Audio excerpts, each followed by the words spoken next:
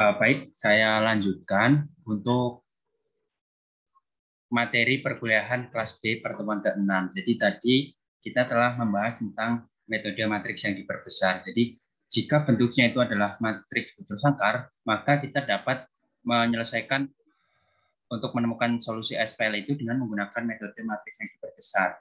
Cara pertama itu adalah kita membentuk matriks A yang isi matriks A dan B yang dimasukkan dalam satu matriks yang sama, kemudian disekat. Di sebelah kirinya itu adalah matriks A dan di sebelah kanannya ini adalah di sebelah kirinya itu adalah koefisien dari matriks A, sedangkan yang di sebelah kanannya itu adalah solusi dari SPL yang kita miliki. Nah, kita lanjut ke contoh soal. Jadi misalkan di sini kita punya 3 SPL.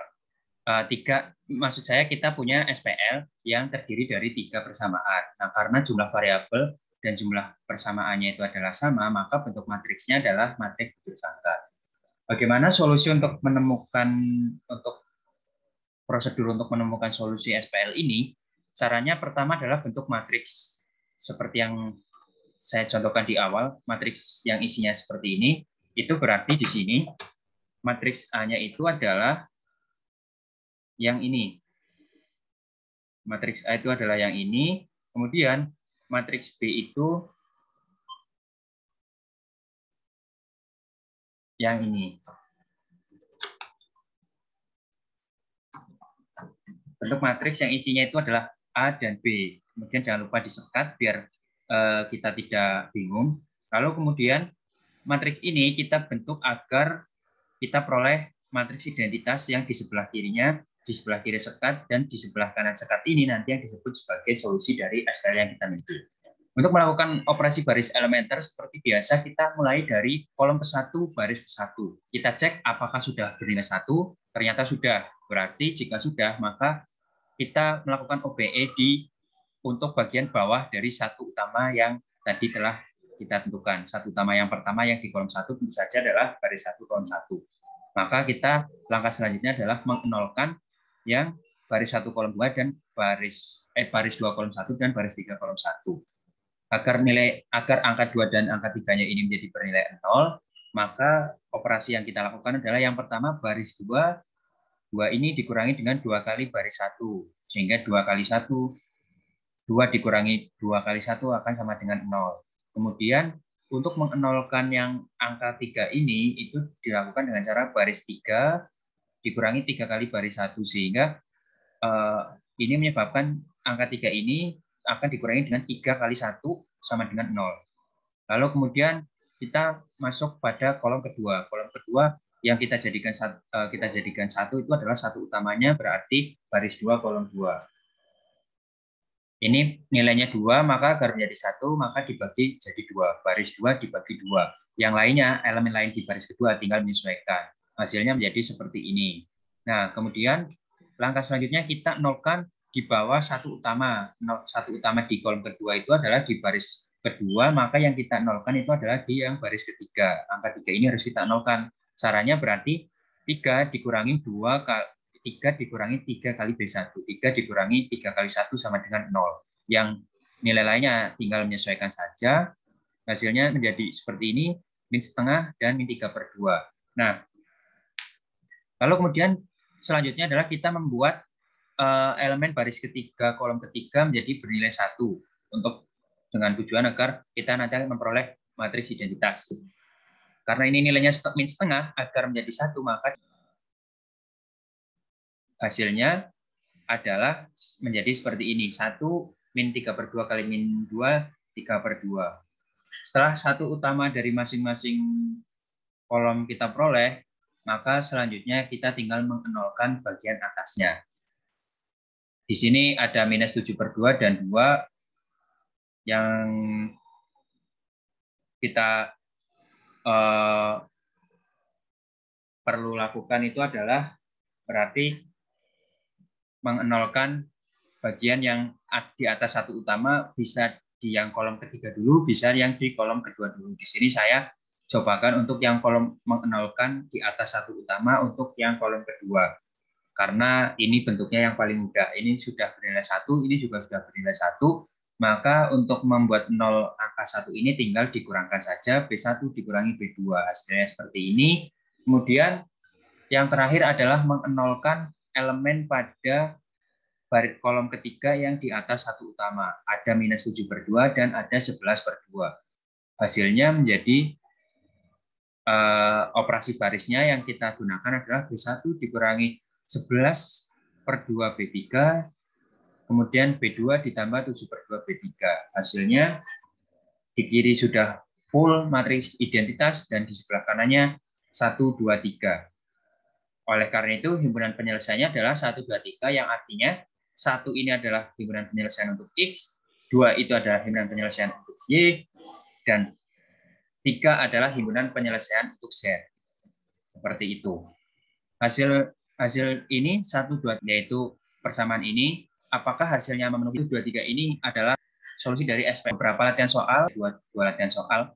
Nah, dari SPL itu adalah menggunakan metode eliminasi Gauss dan eliminasi Gauss-Jordan. Memiliki bentuk matriks bujur sangkar maupun bukan bujur sangkar. Jadi kalau tadi metode matriks yang diperbesar itu hanya dapat digunakan jika bentuk matriksnya bujur sangkar saja, maka kalau metode eliminasi Gauss dan eliminasi Gauss-Jordan ini dapat digunakan jika bentuk matriks dari SPL yang kita miliki itu tidak berbentuk bujur sangkar.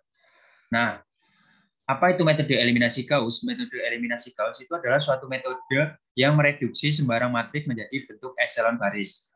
Kemudian eliminasi Gauss-Jordan itu adalah metode yang mereduksi sembarang matriks menjadi bentuk eselon baris tereduksi. Nah, ciri-ciri baris tereduksi itu ada 4. Yang pertama, jika satu baris tidak seluruhnya terdiri dari 0, maka bilangan tak 0 pertama di dalam baris tersebut adalah 1 utama maksudnya. Kemudian, jika ada suatu baris yang semuanya elemennya sama dengan 0, baris tersebut dikelompokkan bersama pada bagian paling bawah. Jika dua baris yang berurutan yang tidak terdiri seluruhnya dari 0, maka satu utama di dalam baris yang lebih rendah terdapat pada kolom yang lebih kanan dari satu utama dalam baris yang lebih tinggi. Dan yang keempat, setiap kolom yang memiliki satu utama mempunyai 0 di tempat lainnya. Jika suatu matriks memiliki sifat 1, 2, dan 3, itu disebut sebagai bentuk matriks yang berbentuk eselon baris. Jika memiliki sifat 1-4, disebut sebagai matriks yang berbentuk eselon baris tereduksi. Dari sini maka kita dapat simpulkan bahwa matriks eselon baris tereduksi itu sudah pasti matriks eselon baris. Tapi matriks eselon baris belum tentu matriks eselon baris tereduksi, karena jika pada matriks eselon baris itu ciri-cirinya itu hanya yang pada nomor 1, 2, dan 3 saja. Nomor 4 belum. Nah, ini adalah contoh dari matriks eselon baris.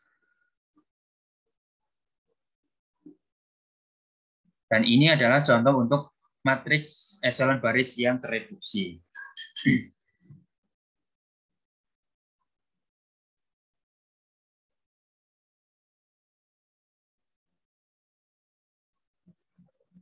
Nah, kemudian prosedur penyelesaian SPL dengan metode eliminasi Gauss dan eliminasi Gauss-Jordan adalah sebagai berikut.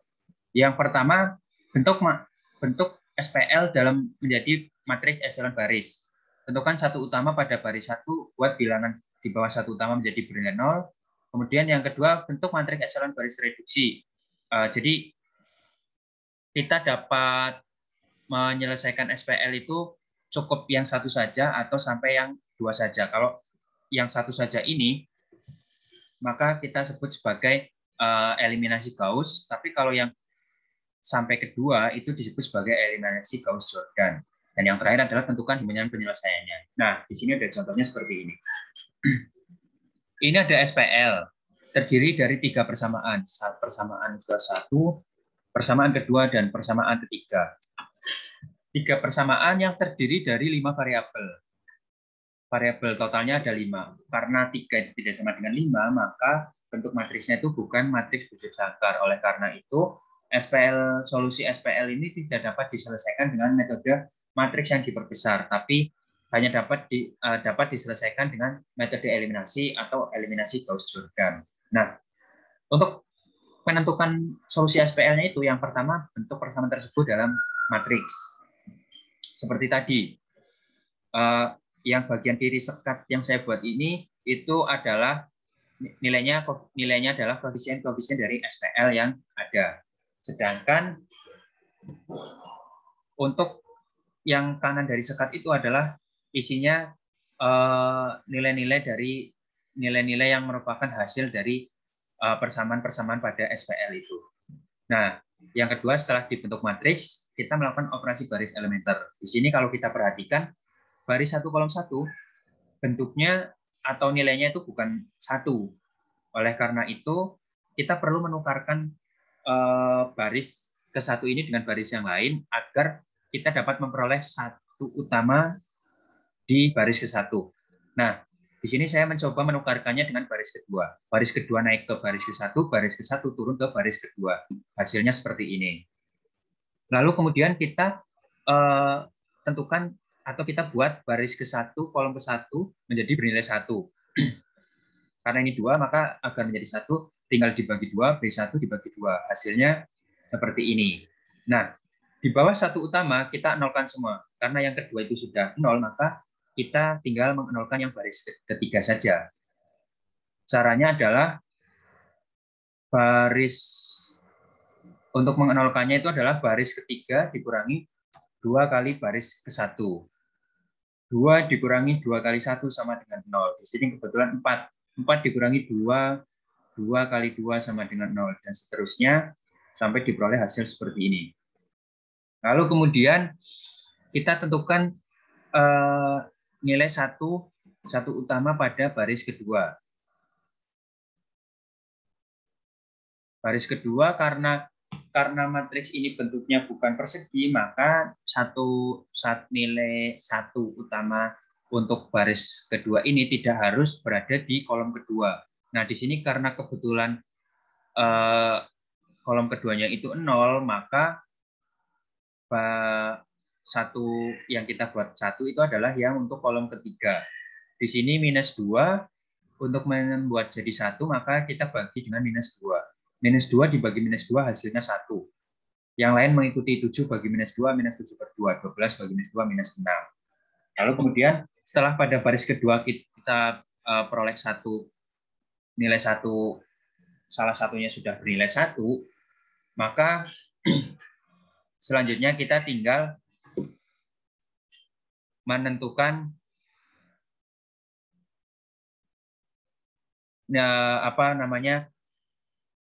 bagian bawah dari 1 utamanya itu bernilai 0. Nah, di sini masih bernilai 5, maka untuk membuatnya menjadi 0, baris ketiga yang 5 ini dikurangi 5 kali baris kedua, agar 5 dikurangi 5 kali 1 kan menjadi 0. Itu kenapa dipilihnya adalah bilangan 5. Nah, hasilnya menjadi seperti ini. Kemudian untuk baris ketiga kita buat lagi menjadi salah satunya ada yang bernilai 1. Di sini kebetulan yang baris ketiga yang tidak bernilai 0 itu hanya baris ketiga kolom kelima. Maka yang kita jadikan nilai 1 ya baris ketiga kolom kelima tersebut, yaitu setengah. Setengah dijadikan 1 berarti dikalikan 2, setengah kali 2 sama dengan 1, 1 kali 2 sama dengan 2. Nah, jika pengerjaannya hanya sampai sini saja, itu disebut sebagai eliminasi Gauss. Kenapa disebut sebagai eliminasi Gauss? Kita naik lagi ke definisinya. Yang ini.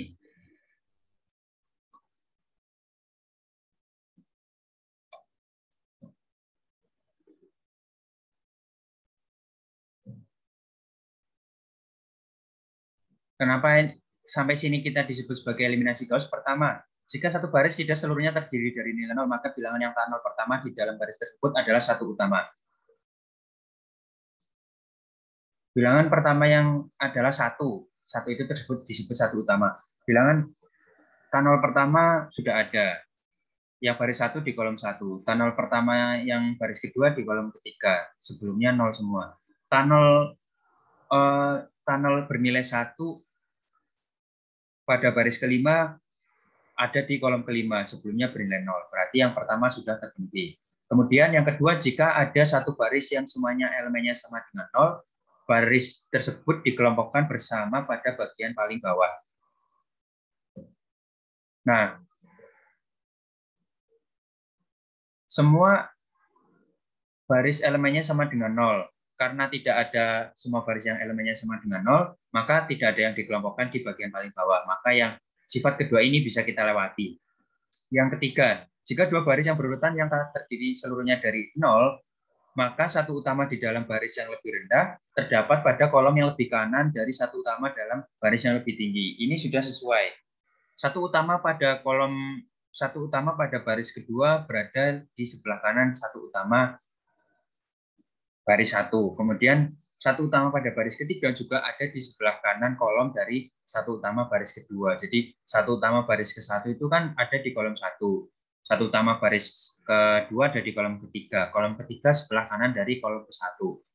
Kemudian satu utama dari baris ketiga ada di kolom kelima. Kolom kelima itu sebelah kanan dari kolom ketiga yang merupakan di dalamnya ada satu utama dari baris kedua. Jadi sifat satu sudah terpenuhi, dua kita lewati tadi, dan yang sifat yang ketiga juga sudah terpenuhi. Oleh karena itu, jika dikerjakan sampai di sini saja, itu disebut sebagai eliminasi Gauss saja. Tapi kemudian, jika kita ingin melanjutkan, sampai kita peroleh bagian atas dan bawah satu utamanya itu bernilai 0 semua, maka disebut sebagai eliminasi Gauss-Jordan. Nah, di sini kalau bagian atas satu utamanya itu kan berarti bagian atas satu utama untuk kolom ketiga, untuk baris ketiga, dan bagian atas satu utama untuk baris kedua. Ini kita nolkan dengan cara seperti ini. B2 ditambah 7/2 B3, kemudian B1 dikurangi 6 B3. Lalu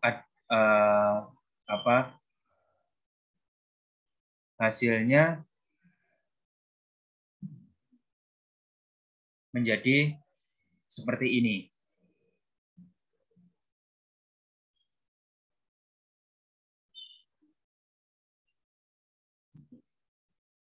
Yang pertama kita nolkan di atas satu utama untuk baris ketiga.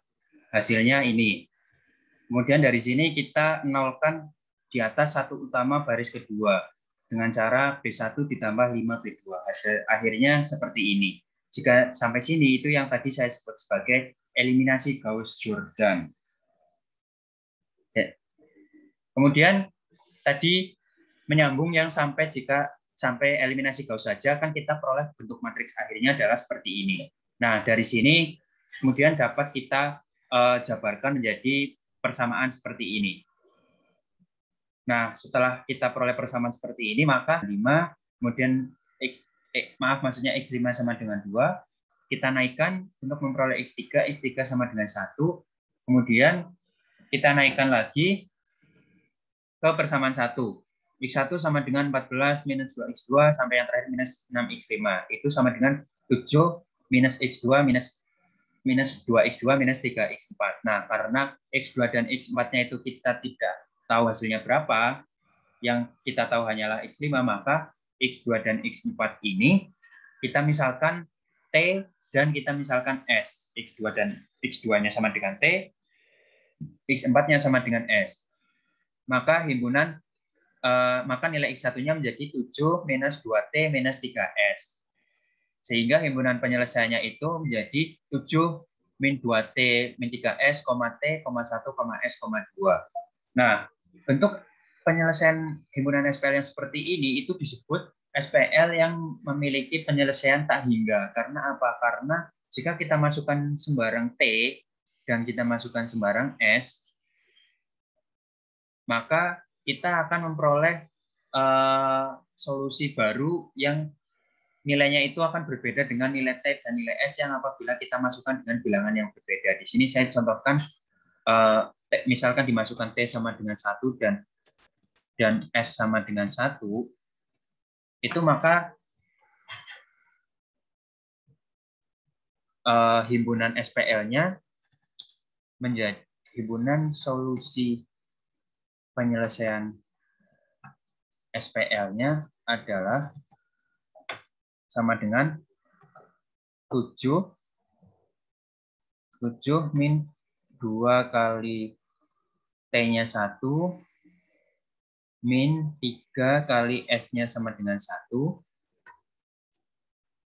Kemudian T-nya tadi kita tentukan 1 X3-nya sama dengan 1, S-nya sama dengan 1, X5 sama dengan 2. Atau dengan kata lain, sama dengan S solusi SPL-nya adalah 7 dikurangi 2 dikurangi 5, 2, 1, 1, 1, 2. Solusinya seperti ini. Lalu kemudian solusi ini dimasukkan ke persamaan di atas untuk membuktikan bahwa solusi ini adalah benar. Nah, sebagai catatan, setiap matriks yang memiliki bentuk echelon baris reduksi, setiap matriks memiliki bentuk echelon baris reduksi yang unik. Artinya, bentuk matriks echelon baris reduksi itu hanya memiliki satu bentuk saja, tidak mungkin memiliki bentuk lebih dari satu. Sebaliknya, echelon baris dari matriks tertentu adalah tidak unik karena bentuknya bisa lebih dari satu bentuk. Nah, sampai di situ. Kemudian untuk yang selanjutnya adalah penyelesaian SPL dengan inverse matrix. Jika A adalah suatu matriks n kali n yang memiliki inverse, maka untuk setiap matriks B berukuran n kali 1, sistem persamaan AX kali B memiliki tepat satu solusi, yaitu X sama dengan A inverse kali B.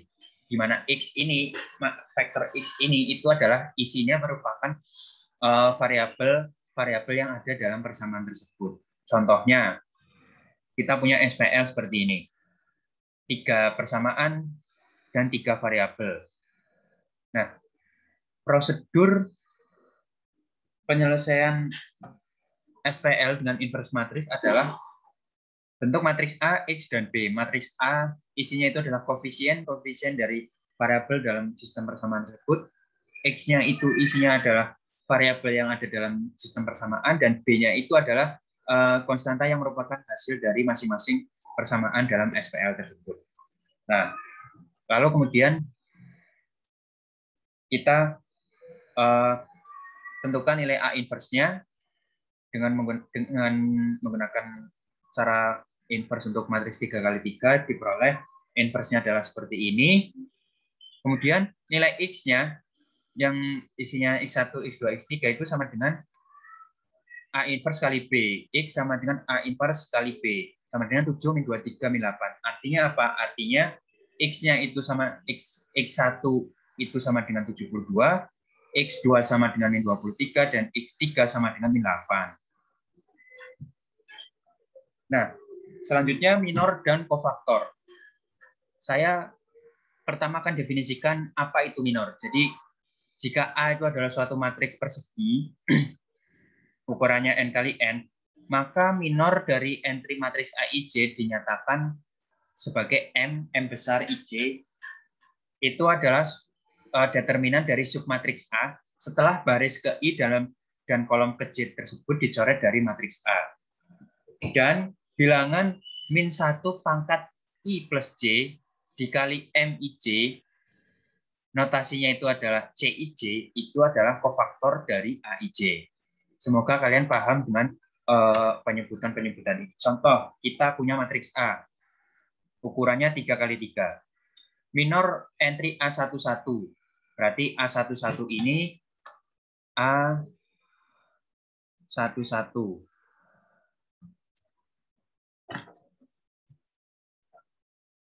A11 berarti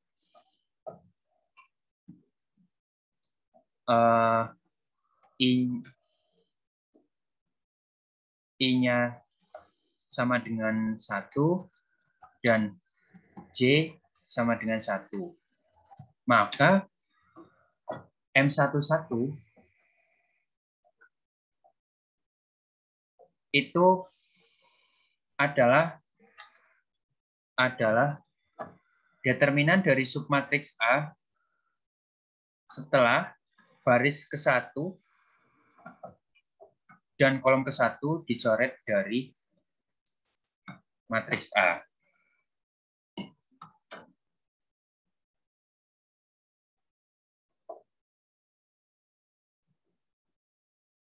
Oleh karena itu,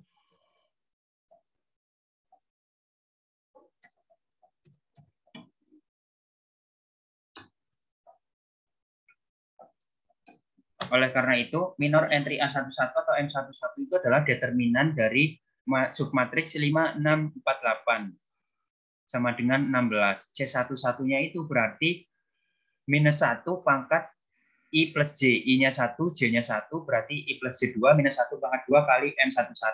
1 kali 16 sama dengan 16. M32 berarti determinan dari matriks A, determinan dari submatriks A setelah baris ketiga dan kolom keduanya dihilangkan, dicoret dari matriks A. Berarti setelah baris kedua dan baris ketiga dan kolom kedua dihilangkan, maka submatriksnya bentuknya menjadi 3 min 4, 2, 6. Determinannya sama dengan 26. Kemudian nilai kofaktornya berarti C32 itu sama dengan minus 1 pangkat IJ. I-nya 3, J-nya 2. Pangkat 5 kali M32.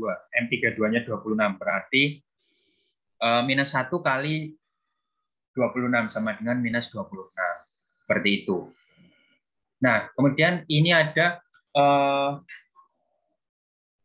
pemecahan SPL dengan kaidah Kramer. Jika AX kali B adalah sebuah SPL yang terdiri dari n persamaan linear di dalam n variabel, sedemikian sehingga determinan dari matriks A itu tidak sama dengan 0, maka dijamin SPL tersebut memiliki penyelesaian tunggal, yaitu X1 sama dengan determinan A1 dibagi determinan A, dan seterusnya sampai Xn itu sama dengan determinan AN per determinan A. Dengan A1 kan entry-entry di dalam kolom ke J dari A dengan entry-entry dalam matriks B, di mana matriks B-nya itu sama dengan B1 ke bawah sampai Bn. Contoh, kita punya SPL seperti ini. 3 variabel, X1, X2, X3, 3 persamaan. Berarti sesuai dengan ini syaratnya. N persamaan linear di dalam N variabel. Berarti ini dapat diselesaikan dengan aturan Kramer. Kemudian kita bentuk matriks A-nya. Matriks A-nya itu adalah koefisien-koefisien dari variabel di masing-masing persamaan. Koefisiennya itu berarti adalah ini, kemudian B-nya adalah nilai-nilai dari solusi masing-masing persamaannya. Hasil dari masing-masing persamaannya. 6, 38, 6, 38. Determinan A ternyata setelah dicek itu sama dengan 44, itu tidak sama dengan 0. Nah, karena determinan A-nya tidak sama dengan 0, kita dapat menggunakan aturan Kramer untuk memperoleh X1-nya berapa, X2 berapa, dan X3-nya berapa. Nah, sebelum menentukan nilai X1, X2, X3, kita pertama-tama tentukan A1, A2, A3. A1 itu berarti matriks A, kemudian kolom ke J, kolom ke satunya diganti jadi ini B. Kolom ke 1 dari matriks A berarti 1 min 3 min 1 diganti dengan B. 3, 6, 38. A2, kolom keduanya 0, 4 min 2 diganti dengan matriks B. 6, 38. Begitu juga dengan A3. Nah, setelah kita peroleh A1, A2, A3, kita tentukan determinannya. Di sini diperoleh determinan A sama dengan minus 40, determinan A2 72, determinan A3 152.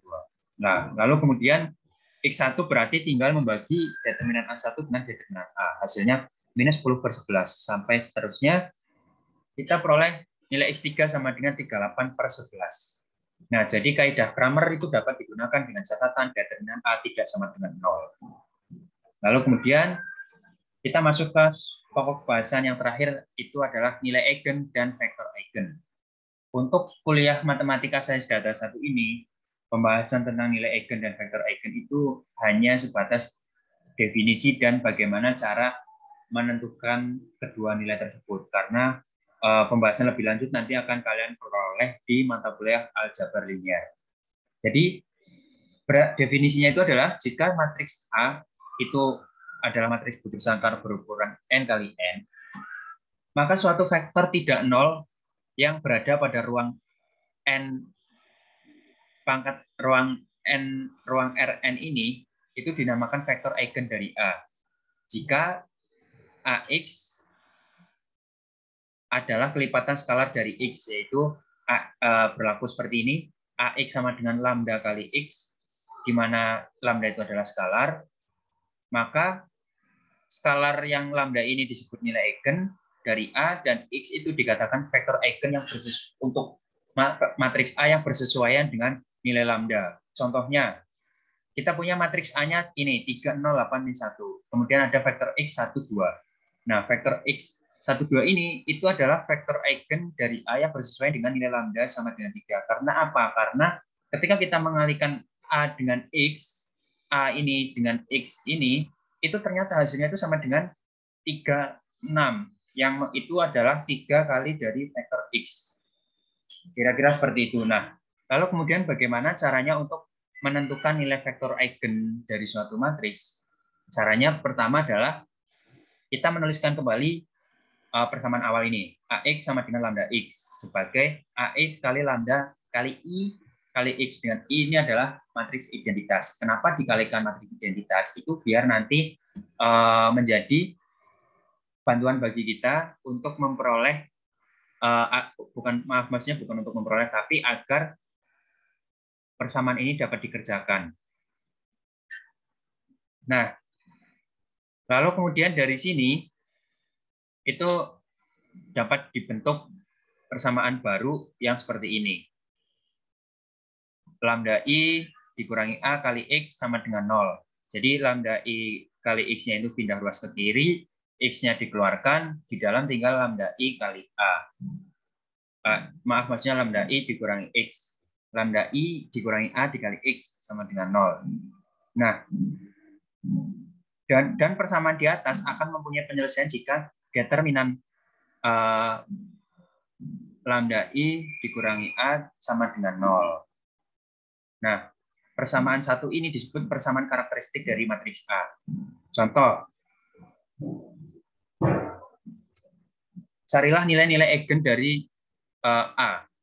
Kita punya A itu 3, 2, min 1, 0. Nah, pertama untuk menentukan nilai eigen, kita tentukan matriks lambda I kali A terlebih dahulu.